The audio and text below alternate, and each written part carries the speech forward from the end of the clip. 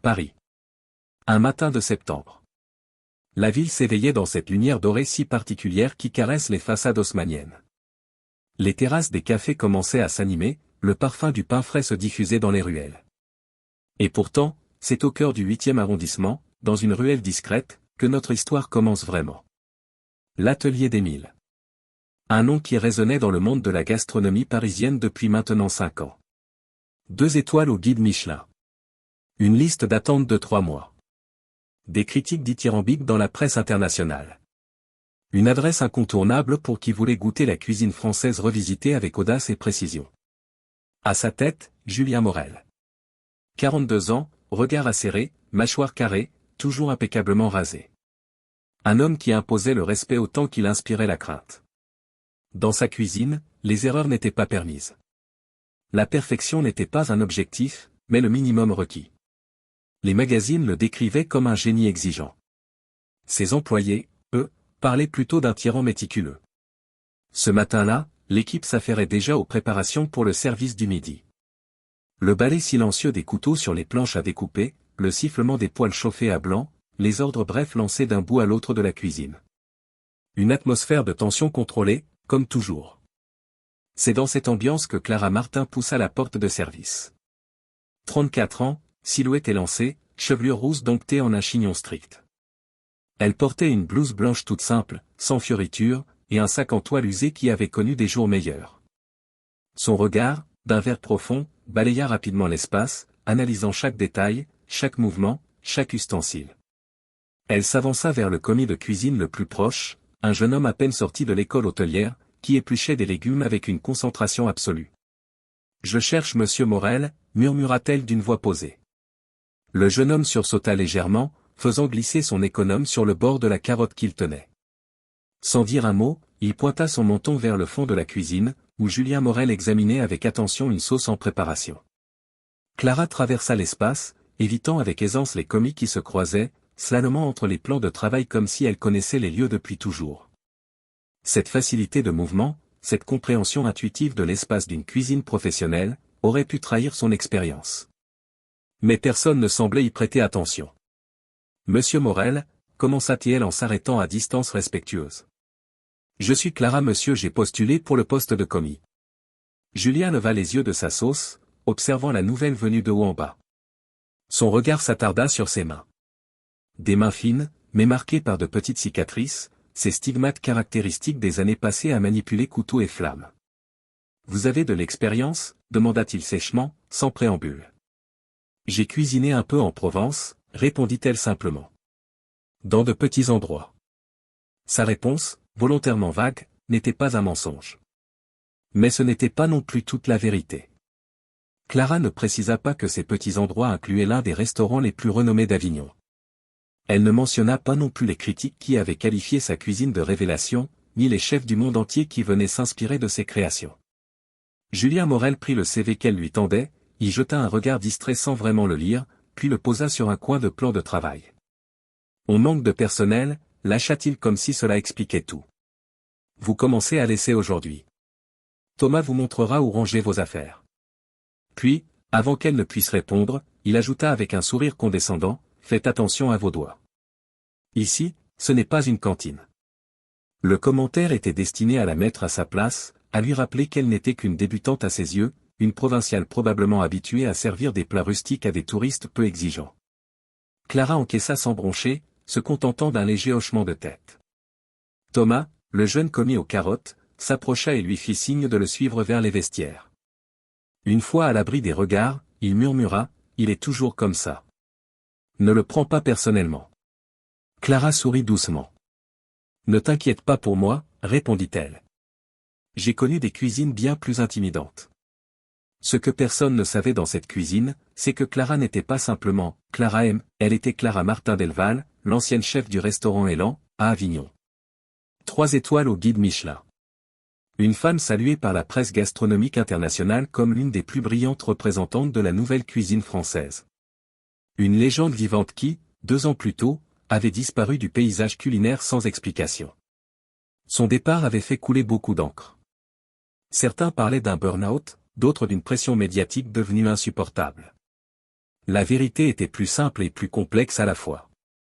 Clara avait atteint le sommet, et ce sommet s'était révélé vertigineux, solitaire. Les étoiles, les distinctions, les équipes toujours plus nombreuses, les investisseurs toujours plus pressants. Elle avait perdu l'essentiel, le plaisir de cuisiner. Alors un soir, après avoir servi son dernier client, elle avait rangé ses couteaux, embrassé son équipe, et était partie. Sans fracas, sans annonce. Elle avait simplement besoin de se retrouver, de redécouvrir pourquoi, enfant, elle s'était un jour tenue sur la pointe des pieds pour observer sa grand-mère préparer une simple tarte aux pommes. Depuis, elle parcourait incognito les cuisines de France. Parfois comme plongeuse, parfois comme commis, parfois comme seconde. Elle observait, elle apprenait, elle se rappelait. Et surtout, elle retrouvait peu à peu cette flamme qu'elle avait cru éteinte à jamais. L'atelier d'Émile était sa 12e étape. Elle avait entendu parler de Julien Morel, de son talent indéniable, mais aussi de sa réputation de chef tyrannique. Elle était curieuse de voir par elle-même, de comprendre comment une cuisine aussi réputée fonctionnait sous une telle pression. Le service du midi débuta, et Clara fut immédiatement plongée dans le grand bain. Julien dirigeait sa brigade d'une main de fer, criant ses ordres, critiquant sans ménagement le moindre écart. La tension était palpable, presque suffocante. Les cuisiniers travaillaient en silence, concentrés sur leurs tâches, craignant l'erreur qui déclencherait la colère du chef. Clara s'adapta rapidement, anticipant les besoins, se déplaçant avec efficacité, exécutant chaque tâche avec une précision qui aurait pu éveiller les soupçons si quiconque avait pris le temps de l'observer attentivement. Mais dans l'agitation du service, personne ne remarqua l'aisance inhabituelle de la nouvelle venue. Le service s'acheva tard dans l'après-midi. L'équipe, épuisée, nettoyait la cuisine en prévision du service du soir. Clara essuyait méticuleusement son plan de travail lorsque Julien Morel s'approcha. « Pas trop mal pour une débutante », concéda-t-il avec un soupçon de surprise dans la voix. « Vous avez tenu le rythme. »« Merci, chef », répondit-elle simplement. Il l'observa un instant, semblant chercher quelque chose dans son regard calme. « Vous dites avoir travaillé en Provence, » reprit-il. « Quel genre d'établissement ? » Des petites adresses familiales, principalement, dit-elle en continuant d'essuyer sa surface de travail. Des endroits où l'on cuisine avec le cœur. Julien laissa échapper un ricanement. Le cœur ne paie pas les factures, lança-t-il sèchement. Et il n'attire pas les clients qui comptent. La cuisine est un art technique avant tout. Elle ne répondit pas, se contentant d'un léger haussement d'épaule qui sembla agacer Julien. Il n'aimait pas qu'on reste indifférent à ses provocations. Le lendemain, Clara arriva tôt, bien avant le début du service. Elle prit le temps d'observer plus attentivement l'organisation de la cuisine, de comprendre le flux de travail, les forces et les faiblesses de chaque membre de l'équipe. Thomas, le jeune commis, vint la rejoindre alors qu'elle examinait le menu du jour. « Le chef est particulièrement nerveux aujourd'hui, » chuchota-t-il. « On a une table de VIP ce soir. » Des critiques gastronomiques japonais. Clara hocha la tête, comprenant l'enjeu. Les critiques japonais étaient réputés pour leur exigence absolue, leur attention aux moindres détails. Pour un restaurant visant une 3e étoile, comme c'était manifestement le cas de l'atelier d'Émile, leur avis pouvait être déterminant. Le service du midi se déroula dans une tension encore plus palpable que la veille. Julien était sur les nerfs, multipliant les remarques acerbes, allant jusqu'à jeter une sauce qu'il jugeait trop épaisse, forçant le saucier à tout recommencer. Clara, elle, gardait son calme, exécutant ses tâches avec la même précision discrète. Puis vint le service du soir.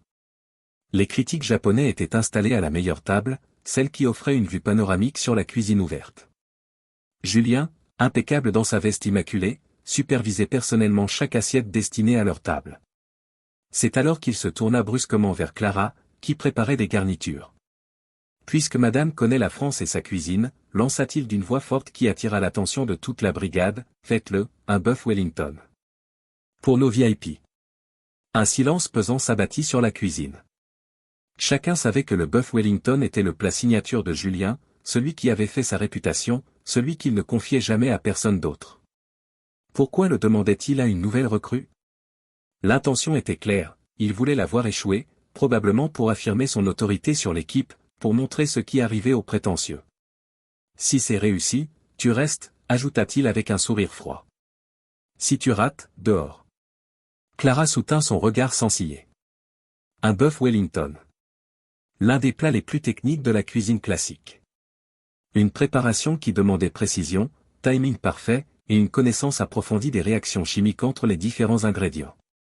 Un plat qu'elle avait elle-même perfectionné des années auparavant, ajoutant sa touche personnelle à la recette traditionnelle. Thomas s'approcha discrètement d'elle alors qu'elle rassemblait ses ingrédients.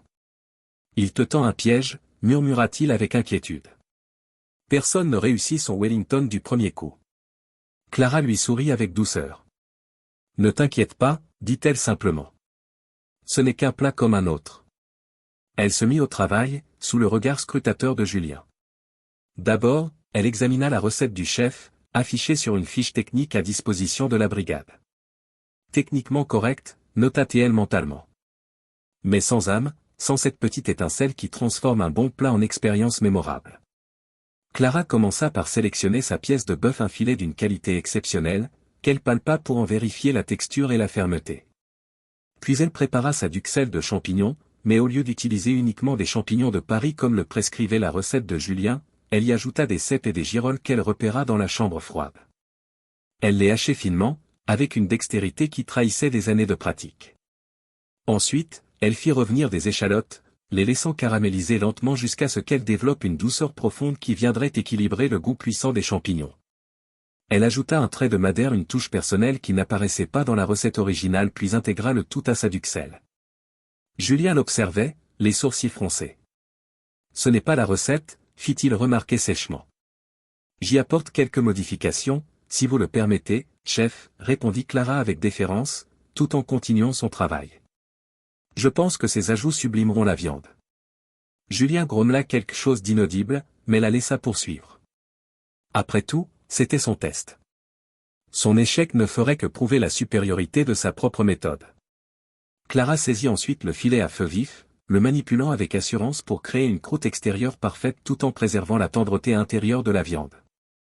Tu vas le cramer, lança Julien en voyant la flamme haute sous la poêle. Encore 20 secondes pour la réaction de Maillard, répondit-elle calmement, comme si elle expliquait un concept évident à un apprenti. La réaction de Maillard. Ce processus chimique complexe qui se produit lorsque protéines et sucres sont chauffés ensemble, créant ces saveurs riches et ces couleurs dorées qui caractérisent une viande parfaitement saisie. Le fait qu'elle utilise ce terme technique n'échappa pas à Julien, dont le regard se fit plus attentif. Puis vint l'étape du montage, la plus délicate. Clara étala sa pâte feuilletée qu'elle avait pris soin de préparer à la température idéale, puis disposa sa duxelle de champignons en une couche uniforme. Elle plaça son filet au centre, puis enveloppa le tout avec une précision chirurgicale.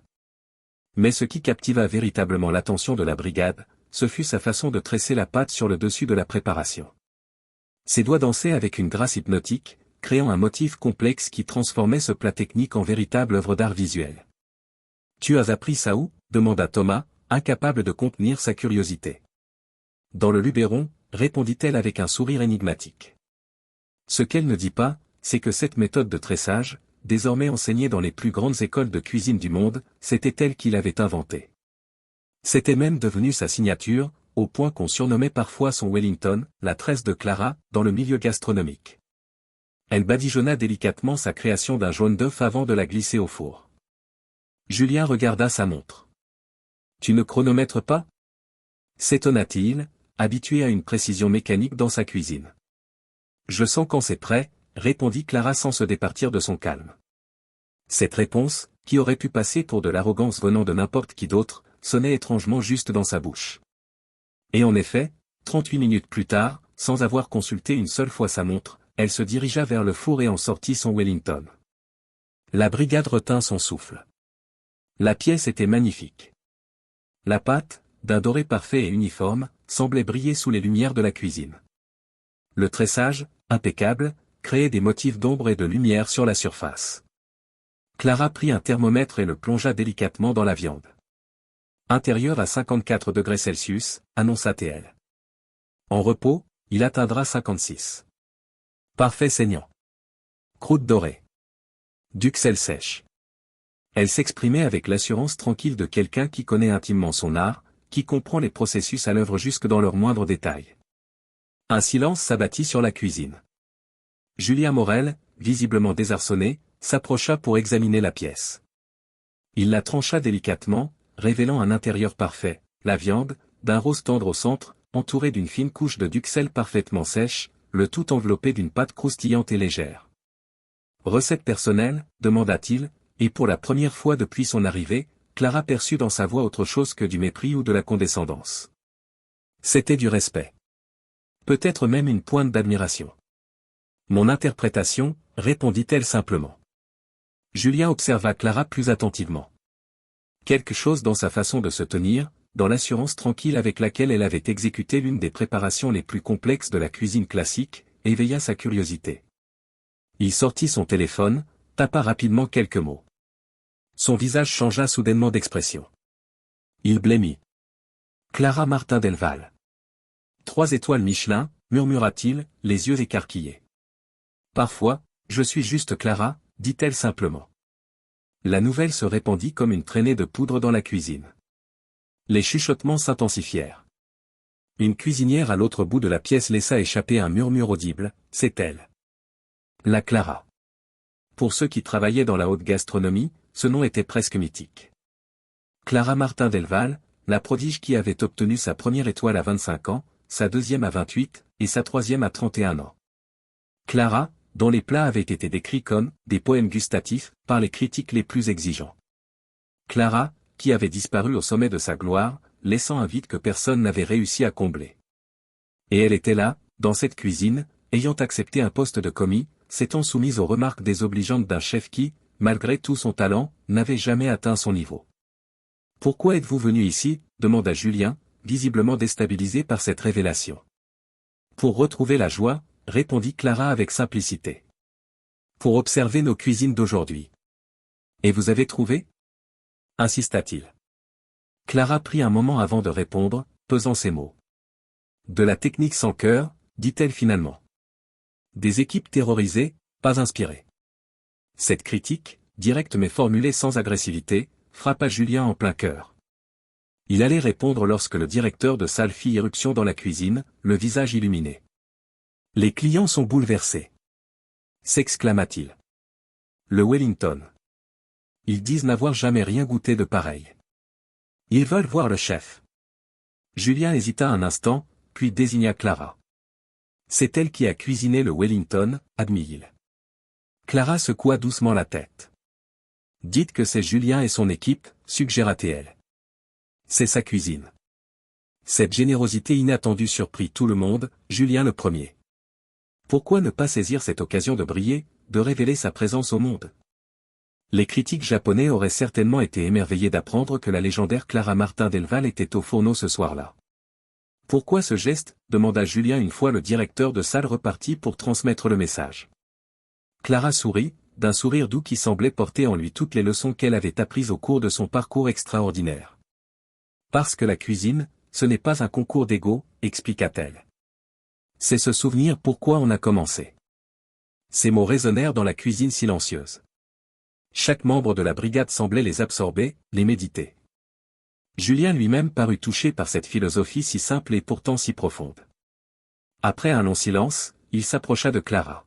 « Tu me montres ta sauce au madère ?» demanda-t-il, et dans cette simple question se cachaient des excuses non dites, une reconnaissance, et peut-être plus important encore, une curiosité retrouvée. « Et toi, tes noix de Saint-Jacques ?» répondit Clara avec un sourire complice. Quelque chose avait changé dans l'atmosphère de la cuisine. La tension oppressante qui régnait depuis le début s'était dissipée, remplacée par un calme étrange, presque magique. Les membres de la brigade échangeaient des regards, certains souriaient discrètement. Pour la première fois depuis longtemps, ils respiraient librement. Les jours qui suivirent transformèrent l'atelier d'Émile. Julien Morel restait exigeant, certaines habitudes sont difficiles à perdre mais sa façon de diriger sa brigade évoluait subtilement. Il écoutait davantage, expliquait ses choix, encourageait la créativité de chacun. Clara resta 3 semaines. Pas comme commis, mais comme invité d'honneur, partageant ses connaissances, ses techniques, son approche de la cuisine. Elle et Julien créèrent ensemble de nouveaux plats, fusionnant leurs styles, enrichissant mutuellement leur palette gustative. Et puis un matin, sans fracas, elle repartit. Comme elle était venue. Laissant derrière elle une cuisine transformée, une équipe inspirée, et un chef qui avait redécouvert pourquoi, enfant, il s'était un jour tenu sur la pointe des pieds pour observer sa grand-mère préparer une simple tarte aux pommes. 6 mois plus tard, l'atelier d'Émile recevait sa 3e étoile. Dans son discours de remerciement, Julien Morel dédia cette distinction à celle qui est entrée sans bruit dans ma cuisine, non pas pour briller, mais pour me rappeler pourquoi j'aime cuisiner. Quant à Clara, on raconte qu'elle continue son voyage à travers les cuisines de France. Cherchant toujours cette étincelle qui transforme un bon plat en moment de grâce. Parfois, un chef reconnaît son regard vert et sa chevelure rousse. Le plus souvent, elle reste anonyme, observant, apprenant, partageant. Parfois, le plus grand des chefs entre sans bruit. Pas pour briller, mais pour rappeler pourquoi on aime cuisiner.